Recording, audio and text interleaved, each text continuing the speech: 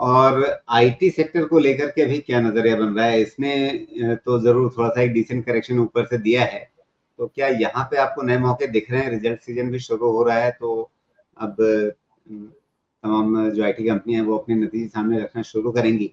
क्या एक्सपेक्टेशन लेकर के जा रहे हैं आप इस रिजल्ट सीजन में? सर आईटी में फिलहाल अभी ऐसा कोई टेलविंड लग नहीं रहा, बिकॉज आईटी एक ऐसा सेक्टर है जो ग्लोबली भी अफेक्टेड रहता है। मतलब ग्लोब में कोई अगर बाहर की कोई यूएस की कंपनी अगर थोड़ा सा भी गाइडेंस खराब दे देती है तो हमारे यहाँ फर्क पड़ जाता है।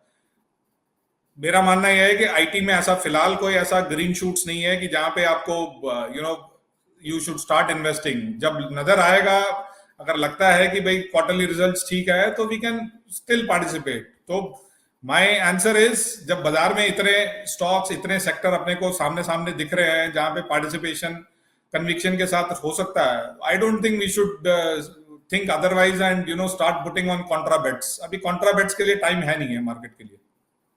जी, और आईटी में ही एक बड़ी खबर आई है विप्रो के बारे में कि भाई उनके सीईओ इस्तीफा दे रहे हैं। तो विप्रो में ये टॉप मैनेजमेंट जो है इतना अनस्टेबल रहा है बीच में पिछले कुछ समय से,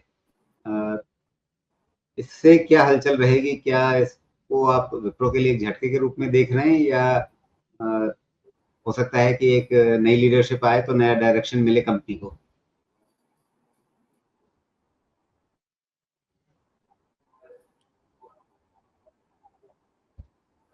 जी जयंत, आप सुन पा रहे हैं? विप्रो को लेकर मेरा सवाल है। हाँ बिल्कुल, आवाज आ रही है सर? हाँ, बीच में आपकी आवाज नहीं आ पा रही थी। विप्रो को मेरा लेकर मेरा आंसर यह सवाल है था। कि जी हाँ, मेरा आंसर ये है कि देखिए, विप्रो ने पिछले 2-2.5 साल में ऐसा कोई मेजर परफॉर्मेंस मार्केट में दिया नहीं है कि शायद एक न्यूज को लेके वो रिएक्ट करेगा। मेरे हिसाब से तो I think it is going to be a non event. हो सकता है once a new CEO comes and what kind of वो क्या अपना थिंक प्रोसेस लेके आते हैं, क्या उनका व्यू रहता है, क्योंकि मार्केट इन चीजों को बहुत आजकल देता है कि भाई आगे की सोच क्या है। जब आपने 2-3 साल में स्टॉक ने कुछ परफॉर्म ही नहीं किया तो एक ऐसे न्यूज पे मार्केट, मेरे ख्याल से विप्रो में ऐसा कोई रिएक्शन की कोई मुझे तो कोई उम्मीद लग नहीं रही है। जी, लेकिन इस खबर को क्या निगेटिव रूप में देखा जाएगा? क्या इसके चलते कोई एक निजक रिएक्शन आ सकता है?